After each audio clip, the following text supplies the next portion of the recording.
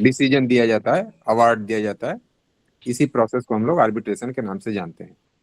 फिर हम लोगों ने आर्बिट्रेशन एग्रीमेंट की बात की, न्यूट्रलिटी की बात की, नेचुरल जस्टिस की बात की हम लोगों ने। आज हम लोग बात करेंगे अपॉइंटमेंट ऑफ आर्बिट्रेटर, यानी कि प्रोसीडिंग हम लोगों को पता चल गई, उसके एग्रीमेंट के बारे में पता चला, लेकिन अब ये जानना जरूरी है कि कौन हमारा जज हो सकता है या किसे हम आर्बिट्रेटर अपॉइंट कर सकते हैं। और आर्बिट्रेटर कौन है? तो आर्बिट्रेटर इज ए प्राइवेट जज अपॉइंटेड बाय पार्टीज। और किस बात के लिए? कि वो पार्टीज के बीच में जो डिस्प्यूट है उसको डिसाइड करे ऑन बिहाफ ऑफ पार्टीज। तो पार्टीज के बिहाफ पे पार्टी द्वारा अपॉइंटेड जज के द्वारा, सॉरी, पार्टी के बिहाफ पे पार्टी के लिए डिसीजन देने वाला व्यक्ति ही आर्बिट्रेटर के नाम से जाना जाता है। तो अब ये आर्बिट्रेटर अपॉइंट कैसे होगा? क्योंकि हम लोगों ने बात की पार्टीज के द्वारा अपॉइंट होने वाला व्यक्ति, प्राइवेट जज, तो स्वाभाविक है कि इसका मतलब इसका सर अपॉइंटमेंट गवर्नमेंट या सॉरी सर, कोर्ट। आपके सर स्क्रीन विजिबल नहीं है सर, जो आप लिख रहे हैं। स्क्रीन दिख नहीं रही है सभी को? हाँ सर, स्क्रीन नहीं दिख रही है। किसी को भी नहीं दिख रही। कह रहा था कि हम लोग एडीआर की बात कर रहे हैं। हम लोगों का एडीआर का पेपर है और इसमें 4 मैकेनिज्म थे: आर्बिट्रेशन, कॉन्सिलिएशन, मेडिएशन और लोक अदालत। तो इसमें सबसे पहला, सर ये स्क्रीन पे कुछ और दिख रहा है, उसको नॉट नाउ करना पड़ेगा। हम लोग बात कर रहे हैं आर्बिट्रेशन प्रोसीडिंग की। और आर्बिट्रेशन प्रोसीडिंग कैसे चलेगी? तो किसी प्राइवेट जज के द्वारा, जिसका अपॉइंटमेंट पार्टीज के द्वारा किया जाएगा। तो अब उसी के अपॉइंटमेंट की प्रोसीजर को हम लोगों को जानना है। और यदि गलत व्यक्ति को अपॉइंट कर दिया गया या उसको चुन लिया गया तो उसको हम चैलेंज कैसे करेंगे। मेन 2 बातों पे चर्चा करेंगे हम लोग, कि उसकी क्वालिफिकेशंस क्या क्या होनी चाहिए, किस तरह का वो व्यक्ति होना चाहिए, और कौन अपॉइंट करेगा, कैसे अपॉइंट करेगा, उसकी नेशनलिटी वगैरह वगैरह क्वेश्चंस का आंसर जानने की कोशिश करेंगे हम लोग। तो अब इसमें अगर क्वेश्चन की बात करें तो क्या आपसे पूछा जा सकता है या पूछा जाता है, तो explain the provisions relating to the appointment of arbitrator and grounds for challenging the appointment of arbitrator under the Arbitration and Conciliation Act 1996। तो अब इस क्वेश्चन का आंसर देने की कोशिश की जाए। अब ये जो लोग बाद में जुड़ते हैं उन्हें तो मान लीजिए कोई प्रॉब्लम नहीं, लेकिन जो लोग सुन रहे होते हैं उन्हें बार बार दिक्कत हो सकती है। और बाकी जो यहाँ बैठा हुआ व्यक्ति हो सकता है उसे भी कुछ डिस्ट्रक्शन क्रिएट हो रहा हो। तो कोशिश आप लोग करें कि थोड़ा सा टाइमली सभी लोग जुड़ जाएं। तो अब यहाँ पे आर्बिट्रेशन इज एन अल्टरनेट, जैसा वही ऊपर मैंने बात की वो सारी बातें यहाँ पे की जा रही हैं। मेन बात यह है कि the composition of arbitral tribunal and appointment of arbitrator is a governed bye primarily by section 11 of the arbitration and conciliation act. हालांकि ये पूरा एक चैप्टर ही है कंपोजिशन ऑफ आर्बिट्रल ट्रिब्यूनल के नाम से, और उसमें सेक्शंस हैं कुल 11 से लेकर के 15 तक। उन पूरी 6 सेक्शन में ट्रिब्यूनल के कंपोजिशन की बात की गई है।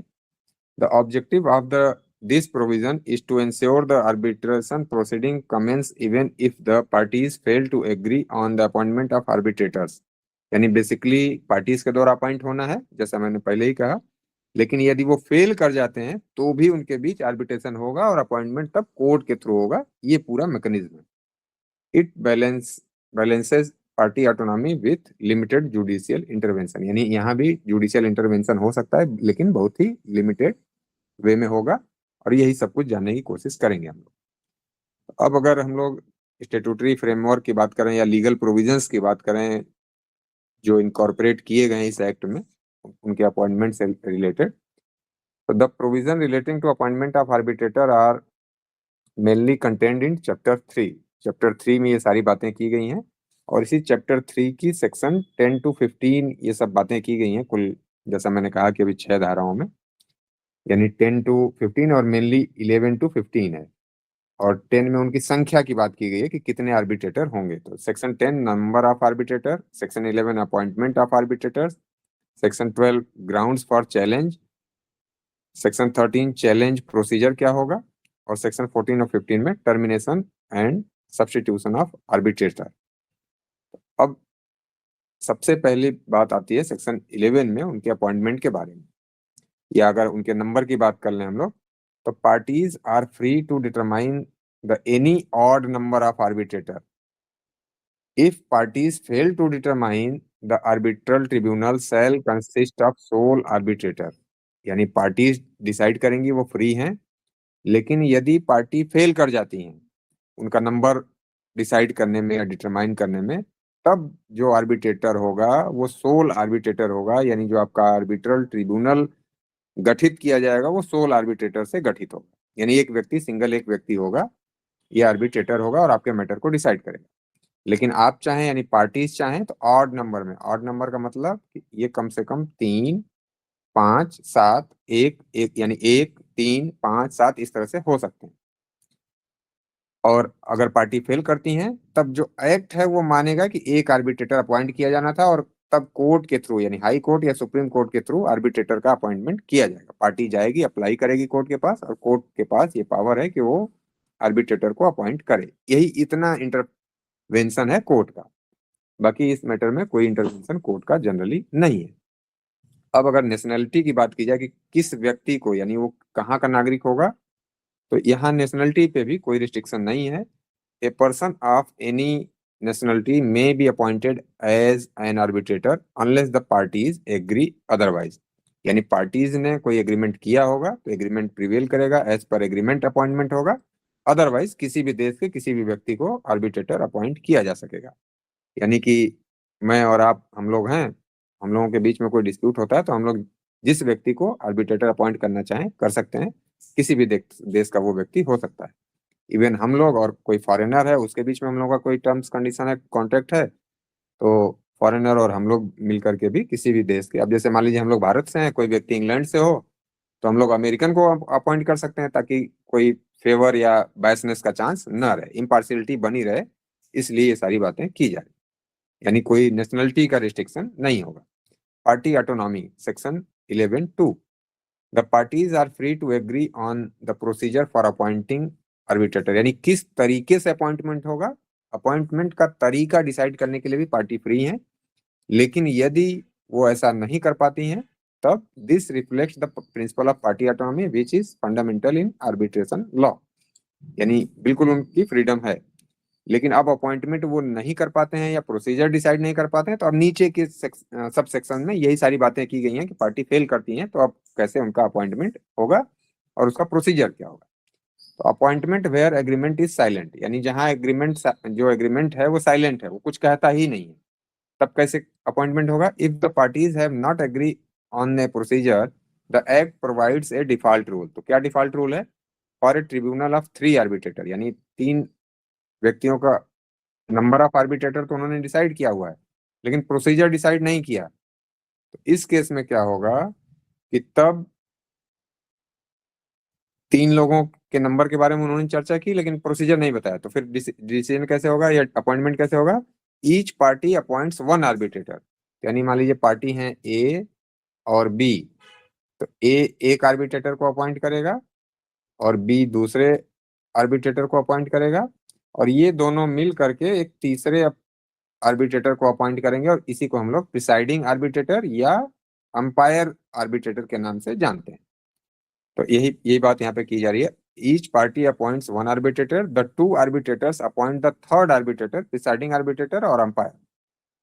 Company A and B appoint 1 arbitrator each, those 2 arbitrator appoint the chairperson of the tribunal. तो ट्रिब्यूनल का चेयरपर्सन होगा, प्रिसाइडिंग ऑफिसर होगा या वही अंपायर होगा। जैसे मैच में आपने देखा होगा कि एक अंपायर है और किसी भी तरीके के डिस्प्यूट को वो रिजॉल्व करता है, तो सेम वही बात यहाँ पे की जा रही है। Appointment through court intervention. अब वहां तो जनरल बात की कर दी गई कि अपॉइंटमेंट कैसे होगा, लेकिन अब यहाँ पे मामला आ रहा है कि पार्टीज फेल कर जाती हैं तब क्या होगा। Judicial intervention occurs when parties fail to appoint arbitrators. Failure to appoint arbitrator, यानी कि उन्होंने प्रोसीजर बनाया हुआ था लेकिन फेल कर जाते हैं, अपॉइंट नहीं कर पाते हैं, तो court intervention occurs if a party fails to appoint an arbitrator within 30 days of request. यानी यहाँ ये बात की जा रही है कि ए और बी के बीच में कॉन्ट्रैक्ट हुआ और ए को, जैसा हम लोगों ने अभी बात की कि आर्बिट्रेटर अपॉइंट करना था या 3 करना था या 1 करना था, तो बी ने रिक्वेस्ट की ए से कि अब हम लोगों के बीच में जो डिस्प्यूट है इसके लिए हम लोगों को आर्बिट्रेटर अपॉइंट करना चाहिए, और बी इस नोटिस को पाने के बाद 30 दिन तक अपॉइंटमेंट करने में फेल कर जाता है, तब फिर इसके बाद बी के पास राइट है कि वो कोर्ट के पास जाएगा और कोर्ट से कहेगा कि आप आर्बिट्रेटर अपॉइंट कर दीजिए इस मैटर में। और किस कोर्ट के पास जाएगा? तो यदि डोमेस्टिक आर्बिट्रेशन का मैटर है तो हाई कोर्ट के पास, और अगर फॉरेन यानी इंटरनेशनल कॉमर्शियल आर्बिट्रेशन का मैटर है तो सुप्रीम कोर्ट के पास वो जाएगा और आर्बिट्रेटर को अपॉइंट करने की बात करेगा। और तब सुप्रीम कोर्ट या हाई कोर्ट को ये पावर है कि वो आर्बिट्रेटर को अपॉइंट करे। एक बात तो ये हो गई।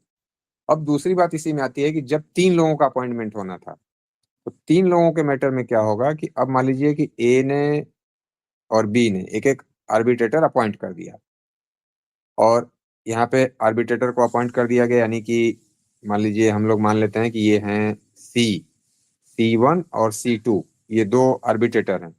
अब इन लोगों को तीसरा एम्पायर या प्रिसाइडिंग आर्बिट्रेटर अपॉइंट करना था, ये लोग 30 दिन में फेल कर जाते हैं, अपॉइंट नहीं कर पाते हैं किसी को, तब फिर पार्टी जा सकती है कोर्ट के पास और वहां से फिर आर्बिट्रेटर को अपॉइंट किया जा सकता है। तो यही दोनों बातें यहाँ पे की जा रही हैं। A party fails to appoint an arbitrator within 30 days of request, यानी एक पार्टी के रिक्वेस्ट पे, और दूसरा the 2 appointed arbitrator fail to appoint the third arbitrator within 30 days. यानी आर्बिट्रेटर अपने एम्पायर को या प्रिसाइडिंग आर्बिट्रेटर को अपॉइंट करने में फेल करते हैं तब भी, और एक पार्टी सिंगल आर्बिट्रेटर को अपॉइंट नहीं कर पाती है रिक्वेस्ट पे तो भी ऐसा होगा कि कोर्ट के इंटरवेंशन से अपॉइंट किया जाएगा। अब वही बात नीचे कही जा रही है, supreme court for international commercial arbitration, high court for domestic arbitration to appoint the arbitrator. Sole arbitrator section 11(5). If the dispute requires one arbitrator and the parties fail to agree within 30 days, the court may appoint the arbitrator upon request। यानी वही ऊपर जो बात हम लोगों ने की वो बात वही बात वहां पे कही जा रही है। फेल्योर टू एग्री प्रोसीजर, यानी प्रोसीजर ही उन लोगों के बीच में डिसाइड नहीं था। ऊपर हम लोगों ने बात की थी कि प्रोसीजर तो था लेकिन अपॉइंट नहीं कर पाए, अब बात हो रही है कि प्रोसीजर ही नहीं था। Where the parties agreed on a procedure but one party fails to act, the parties or 2 appointed arbitrators fail to reach agreement, the designated authority fails to perform its function। ये बात की जा रही है कि जब इंस्टीट्यूशनल आर्बिट्रेशन की बात हो, यानी जैसा कि हम लोगों ने बात की थी स्टार्टिंग में ही कि पार्ट 1 में डोमेस्टिक आर्बिट्रेशन की बात की गई है, पार्ट 2 में फॉरेन अवार्ड या फॉरेन आर्बिट्रेशन की बात की गई है, और उसी में पार्ट 1A है जहां की इंस्टीट्यूशन ऑफ आर्बिट्रेशन की बात की गई है। तो उसी इंस्टीट्यूशन की ये बात कही जा रही है। तीसरी बात जो है इंस्टीट्यूशनल आर्बिट्रेशन के बारे में है कि इंस्टीट्यूशन है उसी काम के लिए लेकिन इंस्टीट्यूशन फेल करता है, तब फिर इनका जो अपॉइंटमेंट है वो सुप्रीम कोर्ट या हाई कोर्ट के द्वारा किया जाएगा। एक construction contract contains an arbitration clause stating each party appoints one arbitrator, the 2 arbitrator appoint a presiding officer, वही सारी बातें जो हम लोग अभी करते आ रहे हैं। If company A refuses to appoint its arbitrator, company B can approach the high court under section 11(6), या फिर वही मामला हो जाएगा कि supreme court. A contract provides for sole arbitrator if parties fail to agree within 30 days, किस बात पे कि किसको अपॉइंट किया जाए, दोनों पार्टी एग्री नहीं कर पाती हैं, either party may apply to the high court for appointment. Scope of judicial intervention. The 2015 amendment introduced section 11(6)(a) which restricts the court role to only examine the existence of an arbitration agreement। केवल court को क्या check करना है कि arbitration agreement है parties के बीच में या नहीं, उसकी लीगलिटी को चेक करने का यहाँ पे इनके पास स्कोप नहीं है। Thus, court should not examine merits of the dispute at this stage। यानी जब आर्बिट्रेटर के अपॉइंटमेंट के लिए अप्लाई किया जाता है कोर्ट को, तो कोर्ट उसी ग्राउंड पे लीगलिटी को चेक नहीं करेगा, सिर्फ और सिर्फ वो ये देखेगा कि एग्रीमेंट है तो एग्रीमेंट के आधार पे फिर वो अपॉइंट कर देगा आर्बिट्रेटर को। ये सिंपल सी बात 11(6)(a) में कही जा रही है। यानी कोर्ट के इंटरवेंशन को कहीं ना कहीं कम किया जा रहा है ताकि अनावश्यक पार्टीज के बीच में मुकदमेबाजी ना हो, लिटिगेशन ना हो, यानी स्टार्टिंग में ही लीगलिटी को लेके ही वो उलझ जाए, ऐसा ना हो, या उसी को बचाने के लिए ये प्रोविजन किया गया।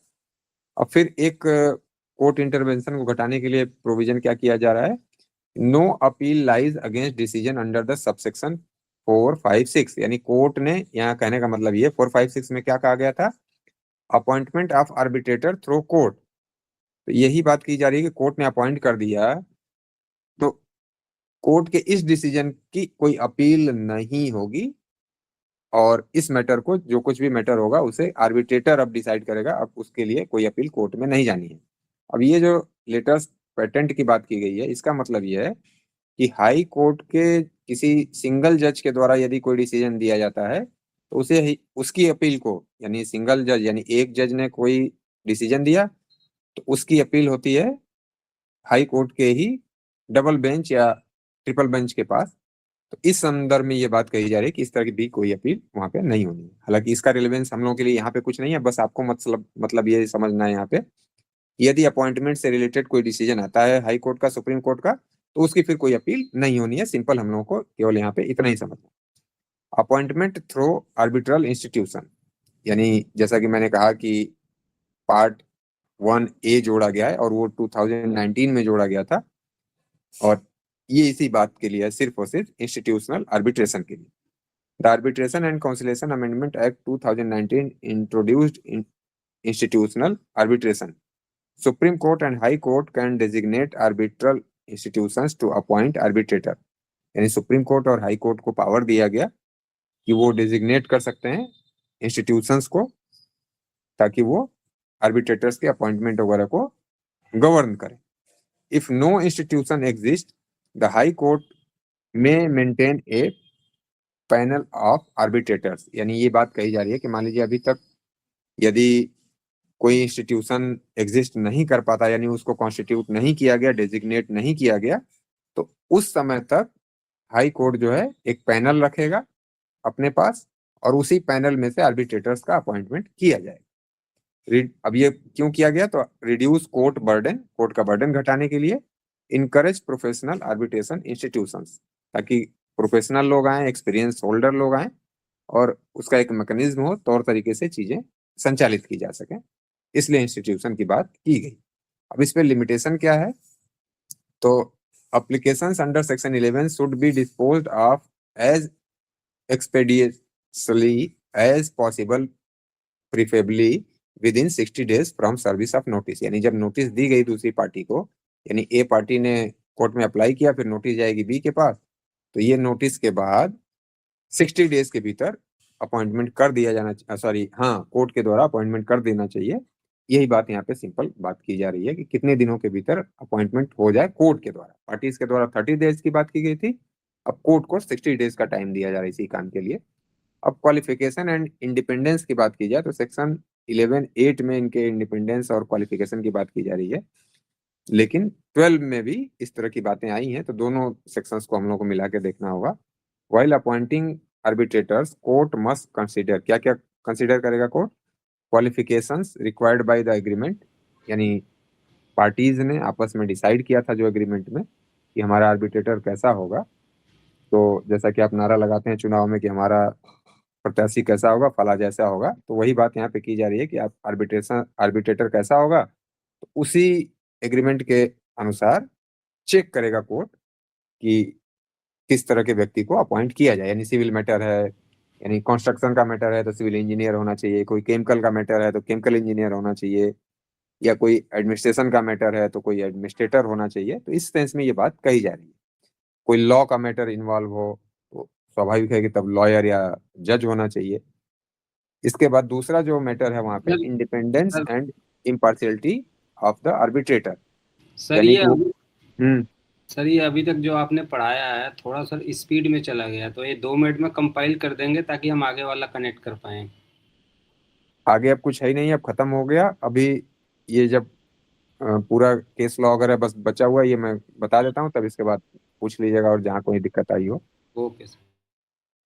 तो अब ये जो प्रोविजन रखा जा रहा है independence and impartiality of the arbitrator का, क्यों रखा जा रहा है कि this ensures fairness in arbitration, यानी जो प्रोसीडिंग चले उसमें फेयरनेस बनी रहे, निष्पक्षता रहे, किसी के ऊपर पक्षपात का आरोप न लग सके, इसलिए ये बातें की जा रही। और पिछले किसी क्लास में भी संभवतः हम लोगों ने उल्लेख किया था इन सब चीजों का कि वो व्यक्ति स्वतंत्र हो और निष्पक्ष हो, और स्वाभाविक है कि जब आप पंच का चुनाव करते हैं, अपने मैटर को डिसाइड करने की बात करते हैं, तो जब वो व्यक्ति जिसे डिसीजन लेना है वो पार्शियल होगा या इंडिपेंडेंट नहीं होगा, तो फिर स्वाभाविक है कि डिसीजन सही नहीं आएगा। तो इसलिए ये इंश्योर करना ही पड़ेगा कि वो व्यक्ति इंडिपेंडेंट और इम्पार्शियल हो। अभी जैसे मैच होता है, जब क्रिकेट या किसी तरह का मैच होता है, तो ये एलिगेशन बार बार लगता है कि फला एम्पायर जो है उसी कंट्री का है, या वो पहले से ही बायस्ड है, उसके बारे में सुना गया, या उसने जो डिसीजन लिए वो अच्छे नहीं थे। तो ये किसी भी प्रिसाइडिंग ऑफिसर के लिए ये अनिवार्य है। जैसे अभी आपके केजरीवाल जी का मैटर था, उनके भ्रष्टाचार के मामले को लेकर के, तो उन्होंने हाई कोर्ट में अप्लाई किया कि मेरा केस जो है दूसरे जज के पास ट्रांसफर कर दिया जाए। हालांकि चीफ जस्टिस ने उनकी इस प्ली को एक्सेप्ट नहीं किया और ट्रांसफर नहीं किया केस। लेकिन सभी प्रोविजन में सब जगह, चाहे आर्बिट्रेशन की बात करें आप, सीआरपीसी की बात करें यानी बीएनएसएस की बात करें आप, सीपीसी की बात करें, हर लॉ में ये मैकेनिज्म है, हर प्रोसीजर में, कि जज की इम्पार्शियलिटी और इंडिपेंडेंस को इंश्योर किया जाए। उस इस तरह की बात यहाँ पे की जा रही है। अब ये जो सर इंडिपेंडेंस इसका मतलब ये हुआ, आपने जो कहा था अभी हाई कोर्ट या सुप्रीम कोर्ट जो भी एक बार आर्बिट्रेटर अपॉइंट करेगा उसकी अपील नहीं हो सकती, लेकिन इन दोनों ग्राउंड पे अपील हो सकती है। इसका मतलब इन दोनों ग्राउंड्स पे अपील नहीं होगी, इनके अपॉइंटमेंट को क्वेश्चन किया जाएगा, और इवन इसी के ग्राउंड पे आपका अवार्ड चैलेंज कर दिया जाएगा, ये उसका इफेक्ट आना है। बाकी अच्छा। नॉर्मल उसकी अपील नहीं होनी है। ठीक। अब इसका मतलब कि इंडिपेंडेंस की बात किस दो सेंस में हम लोग ज्यादा कह रहे हैं, जब हम लोगों ने पिछली बार नेचुरल जस्टिस की बात की थी, तो वहां पे इसकी चर्चा हम लोगों ने की थी कि सब्जेक्ट मैटर, यानी जो ये आर्बिट्रेटर जिसे अपॉइंट किया जाना है, वो सब्जेक्ट मैटर से उसका कोई रिलेशन ना हो, पार्टी से उसका कोई रिलेशन ना हो। यही मेन बात यहाँ पे कही जा रही है कि अब मान लीजिए कि मिस्टर ए हैं, इनको आर्बिट्रेटर अपॉइंट किया जाना है, और इनका खुद इंटरेस्ट है उस सब्जेक्ट मैटर में। अब अगर हम लोग व्यवहारिक उदाहरण से इस बात को समझने की कोशिश करें, तो मान लीजिए कि एक प्लॉट है हम लोगों के पास, और उस प्लॉट को सेल को लेकर के कोई डिस्प्यूट हो गया मेरे बीच में, आप लोगों के बीच में, और जिसे हम लोग आर्बिट्रेटर अपॉइंट करना चाहते हैं, उनका कमीशन फिक्स है पहले से कि वो प्लॉट बिकेगा तो उनको 10% कमीशन मिलेगा। तो इसका मतलब उस सब्जेक्ट मैटर में वो इंटरेस्टेड हैं। यही बात कही जा रही है कि सब्जेक्ट मैटर में वो व्यक्ति किसी तरह से इंटरेस्टेड ना हो। दूसरा एग्जांपल पार्टी से कैसे कनेक्टेड हो सकता है, तो पार्टी के साथ मान लीजिए वो एडवोकेट हैं, तो उस पार्टी को उन्होंने पहले रिप्रेजेंट किया था। अब मान लीजिए ए बी किसी भी डिस्प्यूट में, मान लीजिए यहाँ पे डी और सी दो पार्टीज हैं, तो इन्होंने डी को रिप्रेजेंट किया था पहले ही। तो स्वाभाविक है किसी मैटर में मान लीजिए डी का किसी दूसरे व्यक्ति यानी ई से कोई मुकदमा चल रहा था, तो इस मैटर को इस आर्बिट्रेटर मिस्टर ए ने रिप्रेजेंट किया था, तो स्वाभाविक है कि सी को ये डर लगेगा कि मेरे इस मैटर में हो सकता है कि ए पूरी तरह से निष्पक्षता से कार्य न करे। तो यही बात यहाँ पे कही जा रही है कि पार्टी से या सब्जेक्ट मैटर से आर्बिट्रेटर का कोई भी रिलेशन पहले से न रहा हो, या वो व्यक्ति इंटरेस्टेड ना हो उस पार्टी के साथ या उस सब्जेक्ट मैटर के साथ। तो अगर ऐसी कोई बात नहीं है, तो हम मान लेंगे कि ये इंडिपेंडेंट और इम्पार्शियल आर्बिट्रेटर हैं। एक बात तो ये होगी। दूसरा, इनके क्वालिफिकेशन और इनके कैपेबिलिटी की जो बात की जा रही है, कैपेसिटी की जो बात की जा रही है, ये भी सही होनी चाहिए। तो इसकी ये किस सेंस में कही जा रही है, इसका एक मेन सेंस जो है सेक्शन 12 में जो बात कही जा रही है कि आर्बिट्रेशन प्रोसीडिंग को मान लीजिए 12 मंथ में खत्म करना है, और इनके ऊपर ऑलरेडी पहले से ही इतना बर्डन है, मान लीजिए 5 मैटर को ये पहले से ही देख रहे हैं, और उसमें ये काफी बिजी हैं, इन्वॉल्व हैं। तो अब इनके पास इतना टाइम नहीं होगा कि ये प्रॉपर टाइम में इस नए वाले आर्बिट्रेशन को, जिसकी हम लोग बात कर रहे हैं कि अब इसमें इनको आर्बिट्रेटर अपॉइंट किया जा रहा है, इस मैटर को वो सही तरीके से और सही समय पे रिजॉल्व कर सकें। तो ये इनकी अब कैपेसिटी पे क्वेश्चन मार्क हो जाएगा कि इनकी कैपेसिटी नहीं है कि ये इसे रिजॉल्व कर पाएंगे। और इसके बाद अब इस इम्पार्शियलिटी या इंडिपेंडेंस के संदर्भ में इन्हीं के ऊपर लाइबिलिटी डाल दी गई कि ये अब अपने मैटर को डिस्क्लोज करेंगे। यानी अब ये बिजी हैं अगर, तो अपने उस बिजीनेस को डिस्क्लोज करें कि हाँ मेरे पास ज्यादा बर्डन है, मैं काम नहीं कर पाऊंगा समय से, या मेरी कैपेसिटी नहीं है इतना काम करने की। या फिर अगर इनका कोई रिलेशन है पार्टीज के साथ, तो उस रिलेशन को ये डिस्क्लोज करेंगे सब्जेक्ट मैटर के साथ, पार्टी के साथ, किसी तरह का कोई इनका इंटरेस्ट या रिलेशन है तो उसको डिस्क्लोज करेंगे। ये बर्डन इन्हीं के ऊपर डाल दिया गया। अब इसके बाद अब ये डिस्क्लोज नहीं करते हैं और अवार्ड आ जाता है, जैसा अभी आप लोगों ने क्वेश्चन पूछा, और अवार्ड आ गया, तब फिर इस मैटर को यानी अवार्ड को क्वेश किया जा सकता है, सेट असाइड किया जा सकता है, केवल और केवल इसी ग्राउंड पे कि आर्बिट्रेटर कैपेबल नहीं था, उसकी क्वालिफिकेशन नहीं थी, या वो व्यक्ति पार्शियल था या इंडिपेंडेंट नहीं था। तो इन ग्राउंड्स पे अवार्ड को चैलेंज किया जा सकता है और उसे सेट असाइड किया जा सकता है। और इसमें हम लोगों ने संभवतः पिछले क्लास में यू ललित का एक एग्जाम्पल भी लिया था कि उन्होंने अलग अलग केसेस में अपने आप को विड्रॉ किया था केसेस से कि मेरा पार्टी के साथ रिलेशन रहा, इसलिए मुझे इस मैटर में डिसीजन नहीं देना चाहिए या पार्टिसिपेट नहीं करना चाहिए था। तो हम लोगों ने राम टेम्पल केस वाले मैटर का जिक्र किया था और भी एक दो केसेस का जिक्र किया था। तो इस तरह से एग्जाम्पल भी हम लोगों के सामने है कि सुप्रीम कोर्ट के जजेज वगैरह भी अपने आप को विड्रॉ करते हैं किसी भी केस या मैटर से। अब कुछ केस लॉस की बात की जाए तो Datar switch gears limited versus Tata finance limited, ये 2000 का केस है सुप्रीम कोर्ट का। A party may appoint an arbitrator even after 30 days, यानी जो 30 डेज के ऊपर बात की गई थी उस संदर्भ में ये बात कही जा रही है कि 30 डेज की बात तो की गई है, लेकिन दूसरी पार्टी मान लीजिए ए जो है बी से रिक्वेस्ट भेजती है और बी 30 डेज के बीच में अपॉइंटमेंट नहीं कर पाता या एग्री नहीं कर पाता, और लेकिन अभी ए जो है कोर्ट के पास नहीं गया है, हाई कोर्ट या सुप्रीम कोर्ट जैसा भी मैटर है नहीं गया है, तो उस बीच में बी को राइट है या उसको पावर है कि वो अपॉइंट कर सकता है कोर्ट में जाने के पहले। तो यही बात यहाँ पे की जा रही है कि a party may appoint an arbitrator even after 30 days but before the other party files a section 11 application, यानी कोर्ट में अप्लाई करने के पहले वो ऐसा कर सकता है।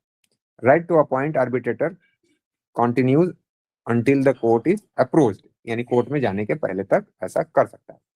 TRF limited versus Energo engineering projects limited, ये 2017 का केस है। A person who is ineligible to act as arbitrator can not nominate another arbitrator, यानी जैसा हम लोगों ने कहा कि 3 आर्बिट्रेटर का अगर पैनल होगा तो 2 आर्बिट्रेटर मिलकर तीसरे को अपॉइंट करते हैं, तो अब ये खुद ही इनकेपेबल हैं, इनएलिजिबल हैं, तो ये तीसरे आर्बिट्रेटर का अपॉइंटमेंट नहीं कर सकते हैं, यानी एक अयोग्य व्यक्ति दूसरे व्यक्ति का चयन या अपॉइंटमेंट नहीं कर सकता है। और ये कहीं ना कहीं फेयरनेस की बात है अपने आप में। Perkins Eastman architects versus HSCC India limited, ये 2019 का केस है।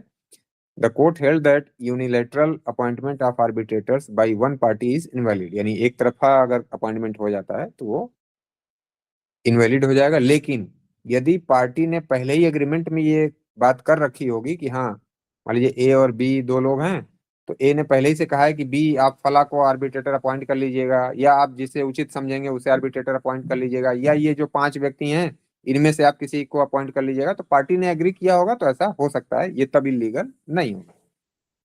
Next, Duro Felguera SA Gangavaram port limited 2017, the Supreme Court held that the court's role under section 11(6)(a) is limited to examine the existence of the arbitration agreement only, यानी वही जो ऊपर हम लोगों ने बात की कि जो इनकी भूमिका है कोर्ट की वो सिर्फ और सिर्फ आर्बिट्रेशन एग्रीमेंट को चेक करने की है, बाकी ये किसी और तरीके के लीगलिटी पे नहीं जा सकते हैं। अब यहाँ तक आपका कोई क्वेरी क्वेश्चन हो तो पूछ लीजिए, तब फिर हम लोग चैलेंज को और आगे देखें।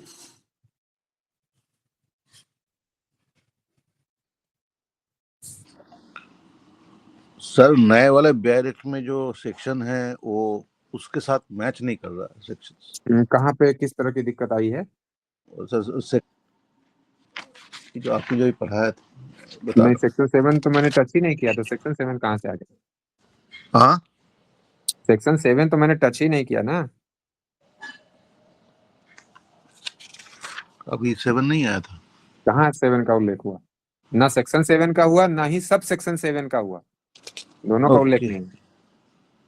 तो आप सभी से मेरी रिक्वेस्ट है कि आप यहाँ क्लास अटेंड करते समय बेयर एक्ट को रेफर कम से कम करें या ना करें, क्योंकि यहाँ जो बातें हो रही हैं आप कंसेप्ट क्लियर कर लें, तब बाद में बैठ के बैरेक से मिला के पढ़ें कि हाँ सर ने जो बताया वो सही है या कुछ गलत बता दिया या उल्टा बता दिया, तो वो नहीं आपका नहीं, एक मैं वो नहीं बोल रहा हूँ सर, मैं बाद में तो हम्म, अकेले ही पढ़ूंगा ना सर।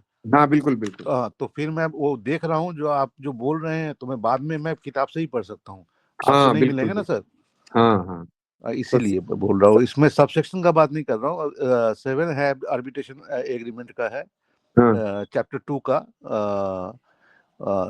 सेक्शन 7 है तो आर्बिट्रेशन। वो एग्रीमेंट अपॉइंटमेंट वाला बोल रहे थे ना, अपॉइंटमेंट ऑफ आर्बिट्रेशन हो गया आपका सेक्शन 11। हम्म हाँ, तो सेक्शन 11 में आपका जो सेक्शन 7 है वो ओमिटेड है। यानी सब सेक्शन 7। यस।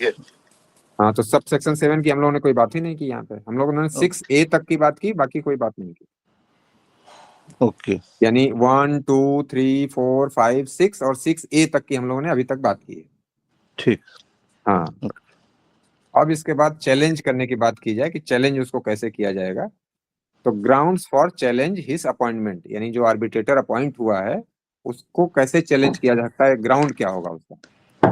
तो लैक ऑफ इंडिपेंडेंस और इम्पार्शियलिटी, यानी सबसे पहला जो ग्राउंड होगा यही होगा कि वो स्वतंत्र व्यक्ति नहीं है या इम्पार्शियल है, वो इम्पार्शियल नहीं है। तो इस बात को लेकर के उस चैलेंज किया जा सकता है। और जैसे मैंने कहा कि उसकी इंडिपेंडेंस और इम्पार्शियलिटी को चेक कैसे करेंगे आप, तो वही आधार होगा कि उसका सब्जेक्ट मैटर से, पार्टी से कोई रिलेशन, उसका इंटरेस्ट है मैटर में कोई ना कोई किसी तरीके का। If circumstances give rise to justifiable doubts regarding impartiality, arbitrator is related to one party, arbitrator has financial interest। तो मैंने कहा कि किसी एक पार्टी से उसका कोई रिलेशन है, कोई संबंध है या फाइनेंशियल इंटरेस्ट है। तो मैंने एग्जांपल आपको जो दिया कि प्लॉट को सेल किया जाना है, उसी में डिस्प्यूट है और उसका उसी में कमीशन फिक्स है, तो स्वाभाविक है कि कोई ना कोई उसका इंटरेस्ट है और वहां वो अपने इंटरेस्ट को निश्चित रूप से ध्यान में रखेगा। In Perkins Eastman architect DPC HSCC India limited, the court rule that unilateral appointment by an interested party violates neutrality. तो इस तरह के मैटर में ये स्वाभाविक बात है, ऊपर भी हम लोगों ने इस केस की चर्चा की। इन एलिजिबिलिटी अंडर 7th शेड्यूल, तो एक शेड्यूल पूरा दिया गया है आपके लिए, 7th शेड्यूल है आपका, तो वहां पे इस तरह की कुछ चर्चाएं की गई और जैसा मैंने कहा मोटे तौर पे वही बातें वहां पे की गई। If the arbitrator falls under any prohibited relationship listed in the 7th schedule, तो उस शेड्यूल में बताई गई चीजों में वो फॉल करता है तो वो उसे हम मान लेंगे कि वो इनएलिजिबल है। Employee of one party, adviser और कंसल्टेंट टू वन पार्टी, वही मैंने आपसे कहा कि किसी भी रूप में किसी पार्टी से वो संबंधित है। In TRF limited, Energo engineering projects limited, इसकी भी चर्चा अभी हम लोगों ने की, that an ineligible arbitrator can not nominate another arbitrator. Lack of required qualification, if the arbitrator does not possess qualifications agreed by parties, if parties agreed to appoint a chartered accountant but a lawyer is appointed, यानी charter अपॉइंटेंट accountant को appoint किया जाना था और appoint कर दिया गया lawyer को, तो ये कहीं ना कहीं अब उसकी कैपेसिटी या कैपेबिलिटी या क्वालिफिकेशंस को पूरा नहीं कर पाता है, इसलिए इसको चैलेंज किया जा सकता है। बायस और conflict of interest, if the arbitrator shows bias in conduct or decision making, यानी कि A और B दो पार्टीज का आर्बिट्रेशन हो रहा है, यानी A और B, और A को पूरा मौका दिया जा रहा है वहां पे आर्बिट्रेशन की प्रोसीडिंग में, यानी आर्बिट्रेटर के द्वारा, और B को मौका नहीं दिया जा रहा है, या B को मौका दिया जा रहा है, A को मौका नहीं दिया जा रहा है। तो इस तरह की भी कोई सिचुएशन आएगी, ये किसी पार्टी को फील हो रहा है कि मेरे साथ जो कंडक्ट किया जा रहा है, बिहेव किया जा रहा है, वो बायस कंडक्ट है या बिहेव है, तो वो चैलेंज कर सकता है इनके कंडक्ट को। किसी का माई कौन है, frequent private meetings with one party, यानी ये स्वाभाविक सी बात है कि जब आड़ में किसी से आप बात करते हैं तो उस व्यक्ति को शक हो जाता है, तो यही बात की जा रही है कि प्राइवेट मीटिंग अगर की जा रही है पार्टी के साथ तो इसे भी माना जाएगा कि ये बायसनेस का मैटर है। एक्सेप्टिंग गिफ्ट्स और बेनिफिट्स, कोई गिफ्ट आप एक्सेप्ट कर रहे हैं, बेनिफिट एक्सेप्ट कर रहे हैं, तो भी ये बायसनेस को शो कर रहा है और इंडिपेंडेंस को शो नहीं कर रहा है। Failure to disclose relevant circumstances, वही जो मैंने आपसे कहा कि सेक्शन 12 में बातें की गई हैं कि आपको डिस्क्लोज करना है, आप ड्यूटी बाउंड हैं कि आपका इस तरह का कोई रिलेशन है, कोई समस्या है, तो आपको डिस्क्लोज करना पड़ेगा। तो under section 12 arbitrators must disclose any circumstance likely to affect impartiality. Impartiality को प्रभावित करने वाली बातों को भी इनको शो करना है और अपनी इनकैपेसिटी या इनकैपेबिलिटी को भी शो करना है। ये सब इनकी रिस्पॉन्सिबिलिटी है, ये ड्यूटी बाउंड है इस बात को शो करने के लिए।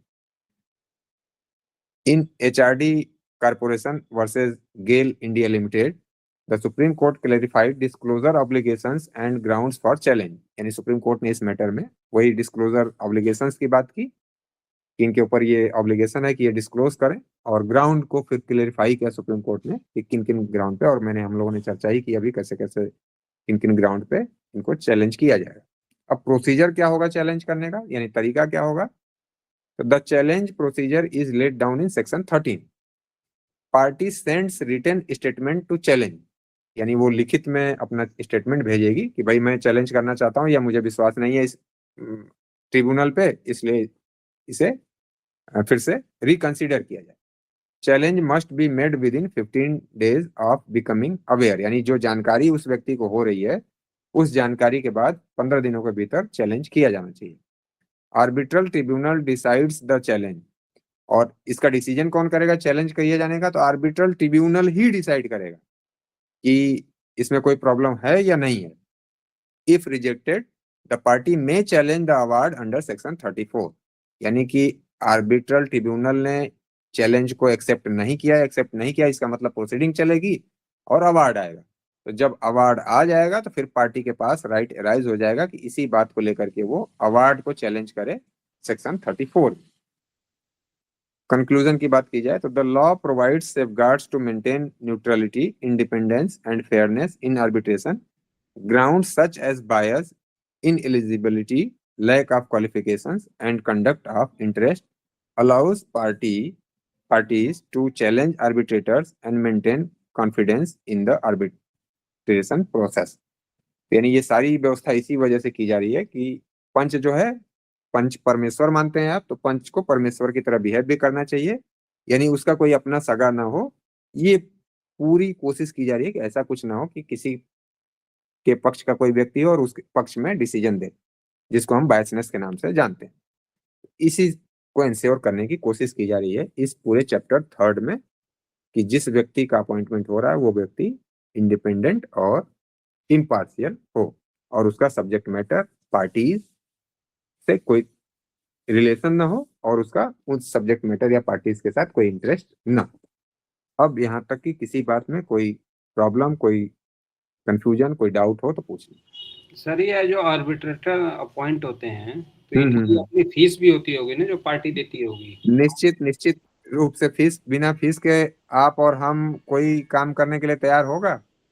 तो इनकी अभी उस पर हम लोगों ने बात नहीं की हुई है, लेकिन आप मोटे तौर पे जान लीजिए कि जब भी आप आर्बिट्रेशन प्रोसीडिंग में जाएंगे तो आपको इन एडवांस, यानी मान लीजिए कि ये उम्मीद है कि उनकी फी है 10 रुपए या 100 रुपए और पूरी प्रोसीडिंग के दौरान 100 रुपए और खर्च होंगे, तो दोनों पार्टीज को 100 रुपए पे करना पड़ेगा इन एडवांस और वो 200 रुपए जमा कर दिए जाएंगे आर्बिट्रल ट्रिब्यूनल के पास।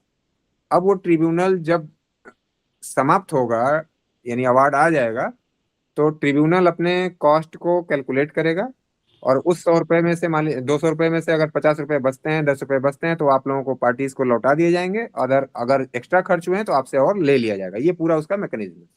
तो सर ये हम ट्रिब्यूनल इसी सेंस में बोल रहे हैं कि इनका अवार्ड बाइंडिंग है, इसी वजह से?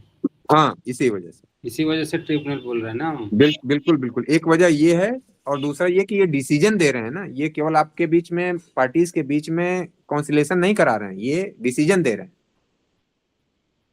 ओके सर आपने अभी बताया था कि मान लो 2 आर्बिट्रेटर था, आप अपॉइंट करे, एक आर्बिट्रेटर इलिजिबल नहीं था, वो नॉमिनेट नहीं कर सकता था। अभी सुप्रीम कोर्ट के जजमेंट में आपने इसको रेफर किया, तो वो हम अवार्ड फाइनल जो अवार्ड आ जाएगा तभी चैलेंज करेंगे, इन बिटवीन भी कर सकते हैं?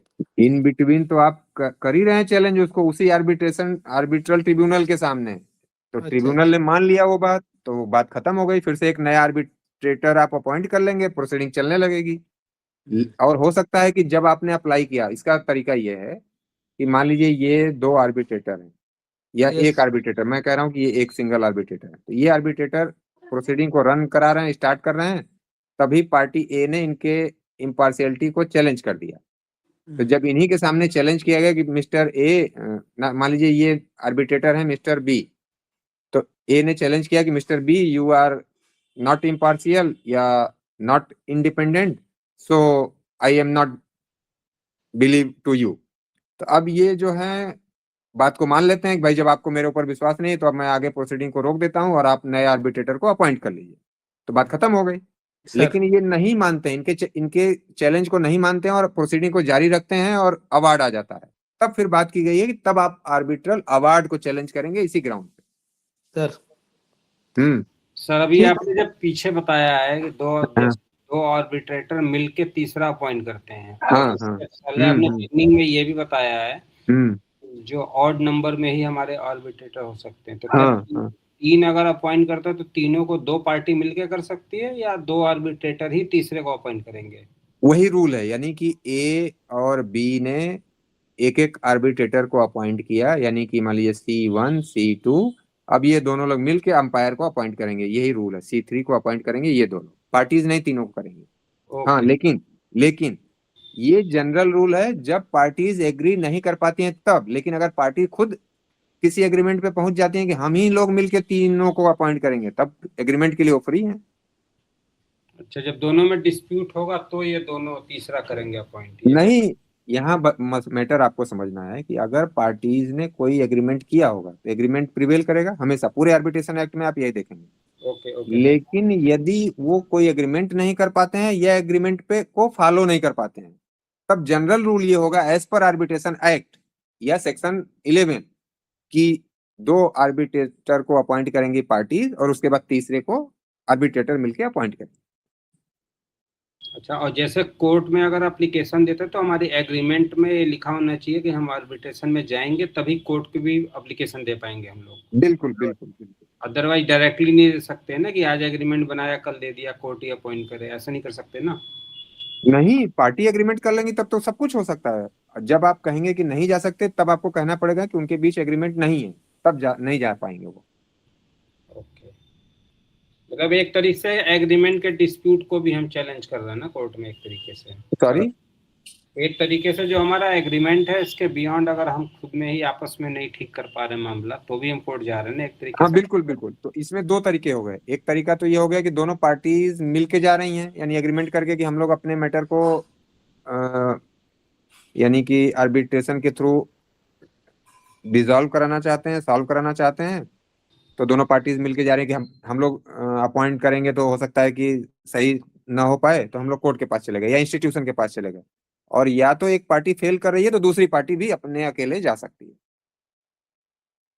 तो सर इसमें डोमेस्टिक में हाई कोर्ट में जाएंगे और इंटरनेशनल एक भी कोई इन्वॉल्व हो गया तो सिर्फ सुप्रीम कोर्ट में जाएंगे? बिल्कुल बिल्कुल, हाँ, एज पर सेक्शन 11 डोमेस्टिक और के लिए हाई कोर्ट। मेन जो हमारा कोर्ट है वो अवार्ड कोई कंट्रोल करेगा ना सिर्फ? वैसे बीच में जाने का बहुत ज्यादा हमारा रोल नहीं होना चाहिए? हाँ, बहुत स्कोप नहीं है यही अभी। हाँ, अभी एक क्लास हम लोग रखेंगे इसी बात पे, कोर्ट के इंटरवेंशन का या कोर्ट के आप कहें कि भूमिका के लिए कहाँ कहाँ कोर्ट की भूमिकाएं हैं, तो उस पर नहीं, पूरी बात करेंगे। सर मेरा जानने का पर्पज ये है कि अगर ये ADR है तो कोर्ट का बर्डन कैसे कम हो रहा है? हाँ, तो यही तो, इसीलिए तो बार बार कोर्ट के इंटरवेंशन को रोका जा रहा है कि कोर्ट अनावश्यक इंटरफेयर नहीं करेगा। तभी इंटरफेयर करेगा जहां की बहुत ही मस्ट है। अब उसके बिना काम नहीं चल सकता। अब जैसे यहाँ अगर आर्बिट्रेटर ही अपॉइंट नहीं हो पाएगा तो फेल कर जाएगा मैटर, तो इसलिए कोर्ट का इंटरवेंशन डाल दिया गया। अच्छा भाई ठीक है, आप लोग नहीं कर पा रहे हैं तो लाइए हमारे पास, हम ही अपॉइंट कर देते हैं। इसी वजह से अगर आर्बिट्रेटर हमें पसंद नहीं है तो हम इमीडिएटली नहीं जा रहे हैं, अवार्ड के बाद जा रहे हैं उनके पास? हाँ बिल्कुल बिल्कुल। आप नहीं, आपको एक रिलीफ तो दी ही गई है कि उसी आर्बिट्रल ट्रिब्यूनल के पास आप चैलेंज कर दीजिए। मतलब उनको तो करने का कोई बहुत ज्यादा वो नहीं मिलेगा ना? नहीं, मान लीजिए 3 है, 3 में है, आपने एक को कर दिया तो क्यों नहीं रिलीफ मिलेगी? या जैसे मेरी बात समझिए, जैसे सभी व्यक्ति एक ही स्टेटस के नहीं हैं, सबका अपना अपना अलग अलग तरीका है। जैसे मान लीजिए मुझे आपने कहा कि सर आप अच्छा नहीं पढ़ा रहे हैं मुझे, तो हो सकता है कि मैं आपको ये आपकी बात को इग्नोर करके पढ़ाता रहूं, या मेरा ये स्वभाव है कि आपने जब मुझे चैलेंज कर दिया या मेरी क्वालिफिकेशन को या मेरी कैपेबिलिटी को या कैपेसिटी को, तो मैं विड्रॉ कर लूंगा। मैम से कहूंगा कि अपूर्वा मैम से या अच्छा जी से कि देखिए सर जो है बच्चे मुझे लाइक नहीं करते हैं या मेरा पढ़ाया जाना उनको पसंद नहीं आता है, तो इसलिए मैं अब क्लास को विड्रॉ कर रहा हूँ। और कोई व्यक्ति, मैं कह रहा हूँ कि आपकी बात को इग्नोर करके पढ़ाता रहेगा। तो इस यही बात कही जा रही है कि आर्बिट्रल ट्रिब्यूनल में भी जब आप जाएंगे तो ऐसा नहीं कि हर व्यक्ति आपको इग्नोर करेगा। वो कहेगा भैया जब मेरे ऊपर भरोसा नहीं है तो मैं किस बात का अवार्ड दूंगा, आप रहने दो, आप नया आर्बिट्रेटर अपॉइंट कर लो, तब प्रोसीडिंग आगे बढ़ेगी। तो ये दोनों बातें होंगी, इसलिए सबसे पहली रेमेडी आपको दी जा रही है कि आप उसी ट्रिब्यूनल के सामने चैलेंज कर दीजिए। हाँ, वो आपकी बात नहीं सुनता है, नहीं मानता है, अवार्ड दे देता है, तब आप अवार्ड को चैलेंज कर दीजिए। दोनों नॉर्मली इथिकल ग्राउंड पे तो वो छोड़ ही देगा, मतलब। हाँ, यही मैं कह रहा हूँ कि अगर वो थोड़ा भी व्यक्ति अगर एथिक्स को फॉलो करने वाला होगा, थोड़ा भी 10% भी होगा, तो निश्चित रूप से ऐसे मैटर में वो हाथ नहीं डालेगा जहाँ की खुद उसी की इम्पार्शियलिटी को या इंडिपेंडेंस को चैलेंज किया जा रहा। Okay sir. सर मान लो एक कोर्ट ने आर्बिट्रेटर, सोल आर्बिट्रेटर अपॉइंट किया और वो मेरे, मान लो मैं मानता हूँ कि वो तो केपेबल ही नहीं है, तो वो अवार्ड के बाद ही मैं चैलेंज कर पाऊंगा या पहले भी कर सकता हूँ? क्योंकि जब कोर्ट ने अपॉइंट किया है तो आप, स्वाभाविक है कि अपॉइंट कर दिया कोर्ट ने, तो वो ट्रिब्यूनल गठित हो गया। अब उस ट्रिब्यूनल के सामने आप चैलेंज करेंगे उसको, और चैलेंज करने के बाद भी वो नहीं सुनता है, नहीं मानता, अवार्ड देता है, फिर अवार्ड को चैलेंज करेंगे आप। ठीक है सर, ठीक है। और सर, कोई क्वेरी, क्वेश्चन? सर ये प्रैक्टिकली जब ये आर्बिट्रेशन हो रहा होगा तो ये जैसे कोई ऑर्डर या अवार्ड लिखते होंगे तो उसमें क्या लिखते हैं कि दिस इज द ट्रिब्यूनल, ऐसे करके? देखिए, उसमें जब वो अवार्ड देते हैं आपको तो उसमें रीजन, जैसे सामान्य कोर्ट का डिसीजन आता है उसी तरह से वो भी डिसीजन देते हैं कि हाँ ये रीजन से मैं इस निष्कर्ष पे पहुंचा, और ये मैं ये ऐसा होना चाहिए। पार्टी वाला जो है कंपनसेशन का मैटर था, तो मिस्टर ए जो है बी को इतना रुपए दें, ये कंपनसेशन दें, ये अपने कार्य को न करें, ऐसा कार्य करें, ये सारी बातें वो उसी तरह से कोर्ट की ही तरह से करते हैं। बस अंतर ये हो जाएगा, फॉर्मेट थोड़ा सा अलग होगा। फॉर्मेट अलग इन द सेंस कि जैसे ऊपर कोर्ट के डिसीजन में लिखा जाता है कि कोर्ट कौन सा है, मजिस्ट्रेट कौन से हैं, तो वो डेजिग्नेशन वगैरह नहीं होगा वहां पे। बाकी पार्टी का नाम लिखा ही जाएगा, सब कुछ वही होगा, सेम होगा, साइन वो करेंगे ही करेंगे। सर ये आपने जो 15 डेज 30 डेज जो है 3-4 कॉन्सेप्ट बताया ना, उसको थोड़ा सा 1-2 मिनट में रिवाइज करो तो थोड़ा। अच्छा, ये 13 डेज, सॉरी 15 डेज और कई जगह आया है ना कि उधर हाँ 30 डेज में एप्लीकेशन देंगे, फिर उसके बाद भी दे सकते हैं। हाँ, बता रहा हूँ। जैसे अभी एक 15 डेज तो यही आपको दिख रहा है कि जब चैलेंज करने के लिए आप जाएंगे तो कब जाएंगे, कितने दिनों के भीतर। तो यहाँ कहा जा रहा है कि मान लीजिए एक आर्बिट्रेटर है जिसकी इम्पार्शियलिटी पे आपको शक है, तो ये शक आपको कब पता चला? कि 10 दिन बाद पता चला, जब प्रोसीडिंग स्टार्ट हो गई। तो प्रोसीडिंग स्टार्ट होने के 10 दिन बाद आपको पता चला, तो उस 10 दिन के 15 दिन बाद, यानी कुल 25 दिन आपको मिल गए, सॉरी 15 दिन मिले आपको जानकारी के बाद। जानकारी आपको कब हुई ये महत्वपूर्ण नहीं है, चाहे 10 दिन बाद आपको जानकारी हो, 20 दिन बाद हो, 2 महीने बाद हो, लेकिन जानकारी होने के बाद यानी अवेयरनेस के बाद आपको 15 दिन दिए जा रहे हैं कि आप चैलेंज कर दीजिए। एक बात, और अपॉइंटमेंट के पहले ही आपको जानकारी हो गई, जैसे पार्टी ए और पार्टी बी मिलकर के मिस्टर सी को अपॉइंट करना चाह रही हैं, तो अपॉइंटमेंट के प्रोसेस में ही आपको पता चल गया कि हाँ ये व्यक्ति इम्पार्शियल नहीं है, तो फिर आप उस व्यक्ति को अपॉइंट ही नहीं करिए। तो एक चांस तो उस समय था, अपॉइंटमेंट के समय। और अपॉइंटमेंट हो जाने के बाद, प्रोसीडिंग स्टार्ट होने के बाद आपको जानकारी मिलती है, आप अवेयर होते हैं उस फैक्ट से, तो उसके 15 दिन के बाद आप चैलेंज करेंगे। एक 15 दिन का पता चला, फिर 30 दिन की बात की जा रही है। किस सेंस में? कि ए रिक्वेस्ट कर रहा है बी से कि हम लोगों को अब आर्बिट्रेटर को अपॉइंट कर लेना चाहिए, क्योंकि हम लोगों के बीच में जो डिस्प्यूट अराइज हुआ है वो आर्बिट्रेटर के थ्रू डिसाइड होना है, या आर्बिट्रेशन के थ्रू डिसाइड होना है। तो बी ने ए के पास रिक्वेस्ट भेजी, तो ए विद इन 30 डेज अपॉइंटमेंट करेगा, या अपॉइंटमेंट के लिए एग्री करेगा कि हाँ मिस्टर फला को हम लोगों को अपॉइंट करना है। और दूसरी 30 दिनों की बात किससे रिलेटेड है? कि जब ए ने और बी ने मिलकर के 2 आर्बिट्रेटर को अपॉइंट कर लिया, तो अब इन लोगों की जिम्मेदारी क्या थी? एक अंपायर को या प्रिसाइडिंग आर्बिट्रेटर को अपॉइंट करना था। तो इन्होंने भी 30 दिनों तक अपॉइंटमेंट नहीं किया, तो फिर आगे कोर्ट के थ्रू अपॉइंटमेंट की बात आ जाती है। तो ये 30 दिन आर्बिट्रेटर के द्वारा आर्बिट्रेटर के अपॉइंटमेंट के लिए दिया गया है, एक 30 दिन है पार्टी के द्वारा किसी आर्बिट्रेटर के नाम पे एग्री करने के लिए या अपॉइंट करने के लिए, और फिर 60 दिन दिया गया कोर्ट के लिए कि जब आपने कोर्ट के पास अप्लाई किया, चाहे सुप्रीम कोर्ट या हाई कोर्ट, तो कोर्ट के पास 60 डेज होंगे आर्बिट्रेटर को अपॉइंट कर देने के लिए। तो ये जगह जगह ये 30 दिन, 15 दिन, 60 दिन आया हुआ है। और सोल आर्बिट्रेटर या ऑड नंबर में आर्बिट्रेटर की बात किस सेंस में आई है कि यदि पार्टीज जो है नंबर ऑफ आर्बिट्रेटर को एग्री कर लेती हैं तो वो चाहे जितना आर्बिट्रेटर अपॉइंट कर सकती हैं, लेकिन उनका जो नंबर होगा वो ऑड नंबर होगा, इवन नंबर नहीं होगा। और वो अगर डिसाइड नहीं करते हैं नंबर ऑफ आर्बिट्रेटर, तो सोल आर्बिट्रेटर आर्बिट्रेशन एक्ट मान के चलेगा कि सोल आर्बिट्रेटर अपॉइंट किया जाना है, और वो आर्बिट्रेशन एक्ट के तहत जो हाई कोर्ट या सुप्रीम कोर्ट अपॉइंट करेगा वो सोल आर्बिट्रेटर अपॉइंट करेगा। ये नंबर्स का कुछ खेल था यहाँ पे। सर ये सोल आर्बिट्रेटर जो अपॉइंट होगा तो ये पार्टी इन्फॉर्म करेगी ना कोर्ट को तो सुमोटो पता नहीं लगेगा। नहीं, उनके एग्रीमेंट में होगा ना। अगर एग्रीमेंट में नहीं है तो फिर सोल आर्बिट्रेटर ही अपॉइंट किया जाएगा,